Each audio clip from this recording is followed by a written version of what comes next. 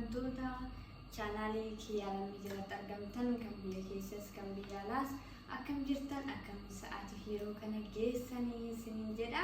Anis obboleettiin keessan nagaa fayyaa godha galata Waaqayyo. Isinis bakkuma jirtanitti akka nagaa fayyaa jiraattan abdii guddaan qaba. Maal fakkaata fooliin birraa kuni maal fakkaata isiniin jechuun dhufee baga itti isin ga'e bara haarawaan obboloota koo kan biyya keessas kan biyya alaas kan idil addunyaarra jirtan hunduma keessaniinuu baga booqaa birraatti baatanii kan bara naannoo ga'e bara dhufuunis nu haa ga'u. Bara kun bara kana keessatti kan wanta hunduma wanta yaadne keessaa argannu bara kun bara nagayaa kan jaalalaa kan gammachuu kan milkaa'inaa nuuf yaa ta'u hunduma keenya huusiniin jedha.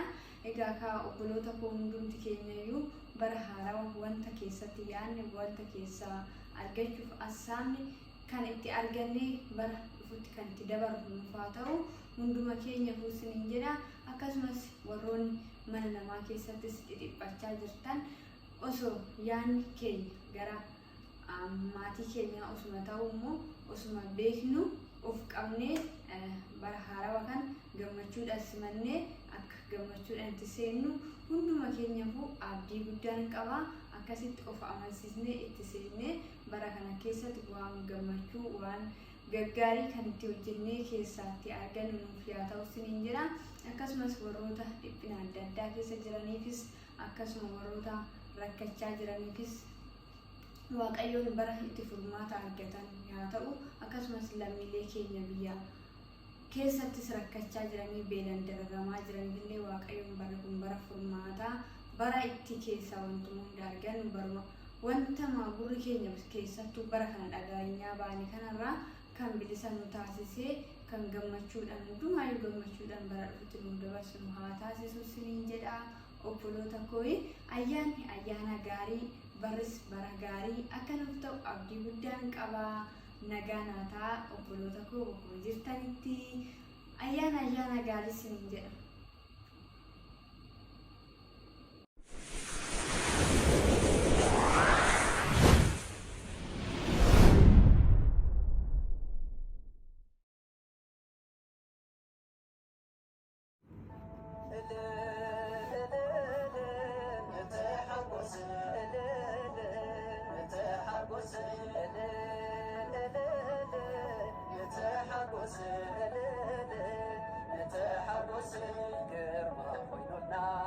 ኢየሱስ ክርስቶስ ኣብ ሓድሽ ዓመት ሕይወት ክለብስ ዘመን ሓሊፉ ዘመን ኮነኔ ክንዘምረሉ ብሓድሽ ቅኔ